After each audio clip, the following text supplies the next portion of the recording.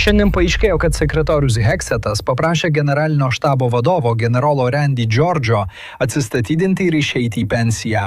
Pažiūrėkite jo nuotrauką, kurią pateikė West Pointas. Iš esmės tai reiškia aukščiausio rango kariuomenės karininko nušalinimą. Ir kiek matau daugelį antraščių, sakoma, kad šis pareigūnas yra atleidžiamas. Koliserijo Nejevajaus ginkluotosios pajėgos toliau kovoja su Iranu. Ar teisinga, Halai, iš esmės manyti, kad mes netenkame aukščiausio rango kariuomenės karininko? Ar tai turės kokį nors poveikį tam, kaip karas vykdomas artimuosiuose rytuose? Nemanau, kad tai turės didelės įtakos. Kariuomenė neturi pagrindinio vaidmens tame, ką mes ten darome. Jie dalyvauja, žinoma, bet ne tiek, kiek kitos kariuomenės rūšys. Karo metu aukšto rango generolai nuolat atleidžiami. Pavyzdžiui, Lincolnas tapo labai garsus dėl atleidimų.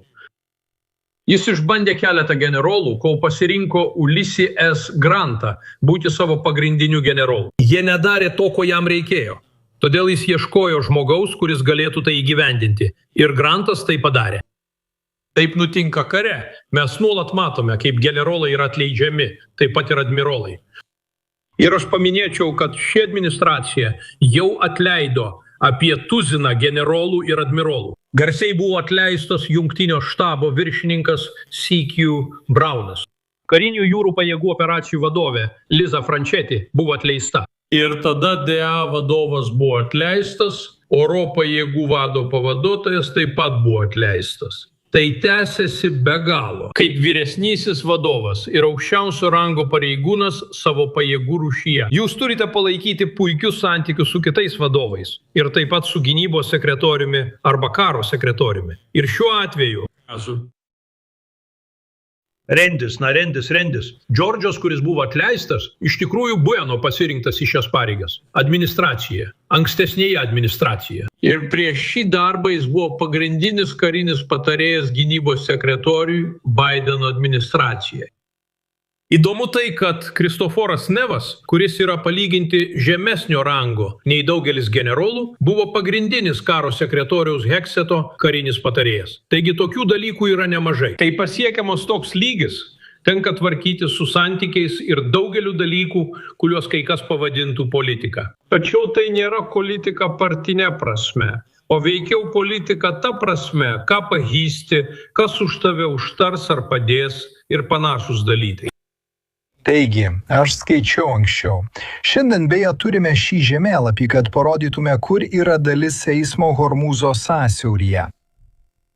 Manau, kad tai atnaujinama retkarčiais, tad iš esmės tai suteikia mums bendrą supratimą apie eismą. Šį vakarą skaičiau, kad apie 40 šalių svarstė bendrus veiksmus, siekiant atidaryti Hormūzo sąsiaurį ir užkirsti kelią Iranui, kabutėse tariant, laikyti pasaulio ekonomiką.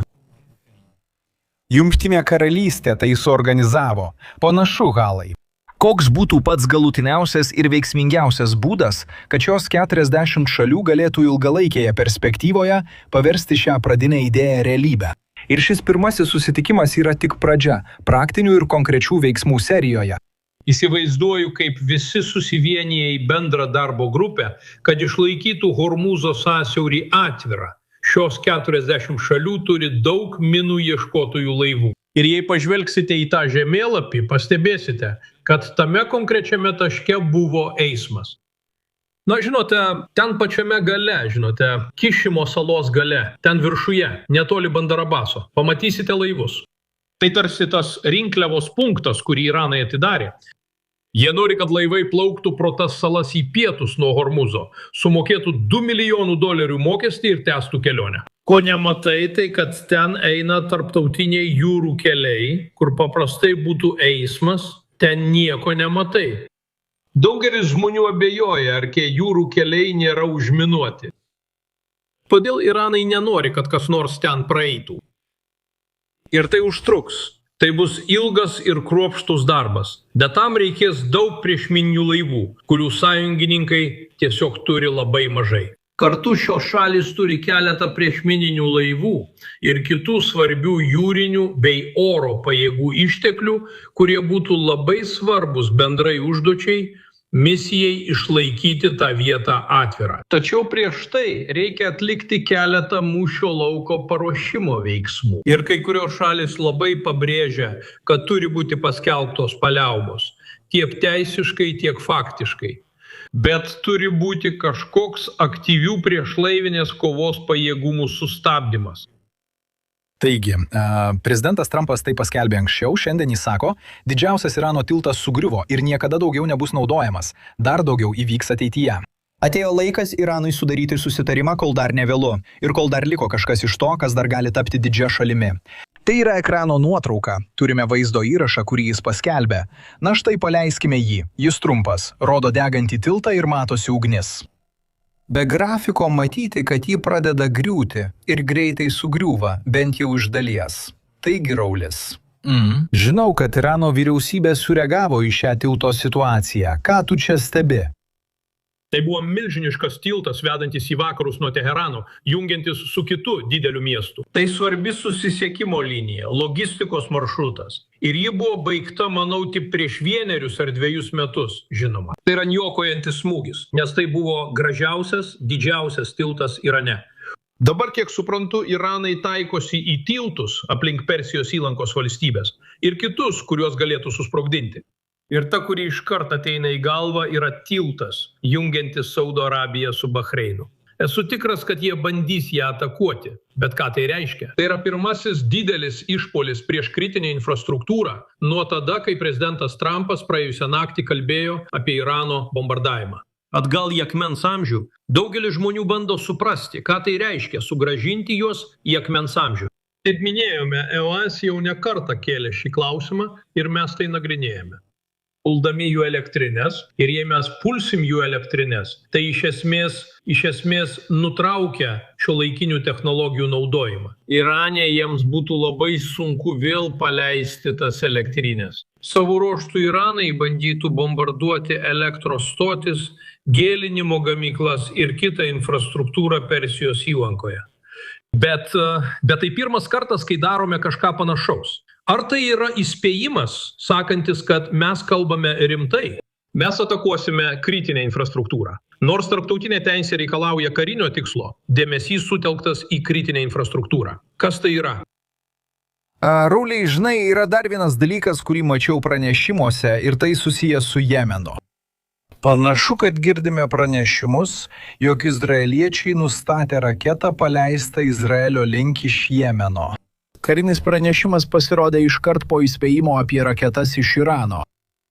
Žinai, pakalbėkime apie husius. Mes su tavimi apie juos kalbėjome tiek kartų per pastaruosius metus. Jie kurį laiką buvo neaktyvūs. Kai prasidėjo pirmosios šio karo savaitės, pastebėjome labiau apčiuopiamą ir ilgiau trunkantį jų aktyvumo padidėjimą. Pastaruoju metu Praėjusiais metais Trumpo administracija dėjo visas pastangas smogti husių taikiniams, taikydamasi į jų pozicijas, balistinės raketas ir dronus. Praktiškai viską, ką tik galima įsivaizduoti. Izraelio ir Didžiosios Britanijos pajėgos taip pat surengė daugybę atakų ten. Tai buvo labai įtempti metai, per kuriuos buvo medžiojama ši grupuotė. Po viso to atrodo, kad mes ir husiai galiausiai pasirašėme kažkokį paliaubų susitarimą. Didysis klausimas visada yra, ar jie stos į Irano pusę šiame dabartinėme kare. Taip Hezbollah įsikišo, taip pat kaip šiitų milicijos Irake įsikišo. Ką darys husiai? Nes tai turi tiesioginį poveikį kitam gyvybiškai svarbiam jūrų transporto siaurajam taškui. Tai yra Bab al-Mandebo sąsiauriui, pro kurį reikia praplaukti, jei ketinate naudotis Sueco kanalu, keliaudami iš Viduržemio jūros į Indijos vandenyną. Taigi tai buvo visiškai esminis dalykas. Acreditamos que eles vão vykdyti priešlaivinės operacijas. Ką įrodo tai, kad jie paleidžia balistinės raketas į Izraelį. Tai rodo, kad jie jau priėmė sprendimą dabar remti Iraną ir jei galiausiai Irano režimas žlugtų, manau, kad husių sprendimas yra gana lemtingas. Nes tai iš tikrųjų yra vienintelė šalis visame pasaulyje, kuri juos remia. Tai yra vienintelis pinigų, ginklų, amunicijos ir visko, ką tik galite įsivaizduoti šaltinis, viskas ateina iš Irano. Tad jei jie to negaus iš Irano, jiems bus labai sunku išsilaikyti, kaip ir bet kam kitam. Ypač jei Zeva, Saudo Arabija ir kitos šalis nuspręs įsikišti kartu su Jemeno vyriausybė ir koordinuotai juos persekioti. Mes kalbėjomės maždaug prieš 24 valandas, iškart po prezidento Trumpo kalbos. Jis kreipėsi į tautą geriausių eterio laikų, vakar vakare aptardamas karo eigą. Mes buvome eteryje kartu su Benu Hamadu iš FDD, komentuodami, kad iš tikrųjų vakar vakare neišgirdome daug naujos informacijos. Daug kas iš to, ką girdėjome vakar, buvo tai, ką Baltieji rūmai jau buvo aptarę arba ką spauda jau buvo paskelbusi. Prieš kalbą praėjo 24 valandos. Rauliai, ar po Trumpo komentarų buvo kokių nors atgarsių kare? Na, atrodo, kad mūsų pastabos turėjo atgarsį. Naftos kainos rinkoje pakilo, o rinka smuko. Niekas neišgirdo konkretaus plano, kaip iš tikrųjų pasitraukti iš karo. Jei būtumėte susijęs su tokiomis žaliavomis kaip nafta, gamtinės dujos ar trąšos, tame kalboje neišgirdote nieko, kas suteiktų paguodos. Kainos atspindi tai, kas buvo pasakyta, ir tas pats galioja visai rinkai. Jie girdėjo signalus, kad galbūt matysime mūsų bendrojo vidaus produkto produktyvumo ir taip pat augimo, tarkime, sumažėjimą. Visa tai atsispindėjo. Rinkos apie tai pasisakė griežčiau nei bet kas kitas. Tačiau tai labai spaudžia vyriausybę pateikti kažką, kas sustiprintų tą kalbą. Tačiau viena iš to kilusių dalykų buvo tai, apie ką kalbėjome – juos bombarduoti, sugrąžinti į akmens amžių. Na, tai buvo nukreipta į elektrines, bet paveikė visą kritinę infrastruktūrą apskritai. Irane viena iš priežasčių, kodėl jie nenori to daryti, yra ta, kad jei bombarduosi jų kritinę infrastruktūrą, jie atsakys tuo pačiu ir puls tavo kritinę infrastruktūrą. Sąjungininkų valstybės Persijos įlankoje – Saudo Arabija, Bahreinas, Jungtiniai Arabų Emiratai ir taip pat Kuveitas jau smogia šiai infrastruktūrai. Bet kokiu atveju tai panaikintų bet kokius apribojimus. Bent jau toks buvo pradinis sumanymas. Dabar mums tikrai reikia spausti Iraną, kad jie ateitų prie derybų stalo. Ir manau, kad prezidentas rimtai svarsto padaryti daugiau nei tik subombarduoti tiltą. Manau, kad jis žiūri į kitą kritinę infrastruktūrą ir sako, kad tikriausiai to prireiks. Taigi, ką galime suprasti iš šios kalbos? Ar įvyko pokytis? Apskritai tai įdomus aspektas, bet mano nuomonė, svarbiausias dalykas buvo rinkos reakcija. Dabar jau beveik savaitė praėjo. Manau, nuo tada, kai vyriausybė pasiuntė naujus jūrų pėstininkus į artimuosius rytus.